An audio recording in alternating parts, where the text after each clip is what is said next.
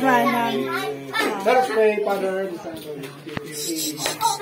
Most loving Father, we thank you for this day. We'll be a good Lord sa Lord's birthday ni Shema. Lord, we pray that you may... we thank you, Lord, na binataga mo sa sandugang kapuhi. Kaya ginasulamatan na namin, Lord, ang iyang maayo na panglason.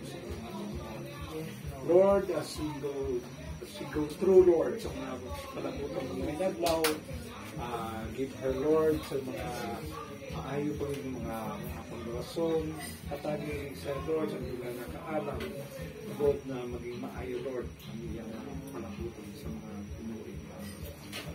Lord, pray also that you may be with us always, protect us from any danger and harm, and we Lord, sa inyong pag-ibig.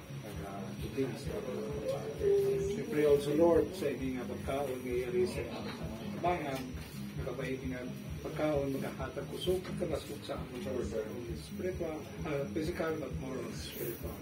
And we thank you for this food, Lord, for the people who prepared and made this food possible for us.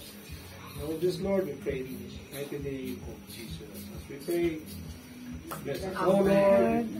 This I give to Christ our Lord. Amen.